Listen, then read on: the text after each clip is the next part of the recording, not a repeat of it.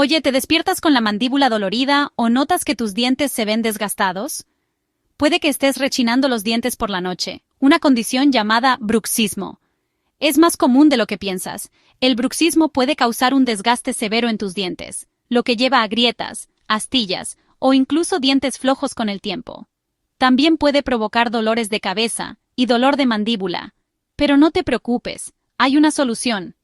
Un protector nocturno personalizado puede proteger tus dientes actuando como una barrera mientras duermes, manteniendo tu sonrisa segura y saludable. Habla con tu dentista para que te ajuste uno, te cambiará la vida. Si te ha resultado útil, pulsa el botón de suscripción para obtener más consejos dentales para mantener tu sonrisa brillante.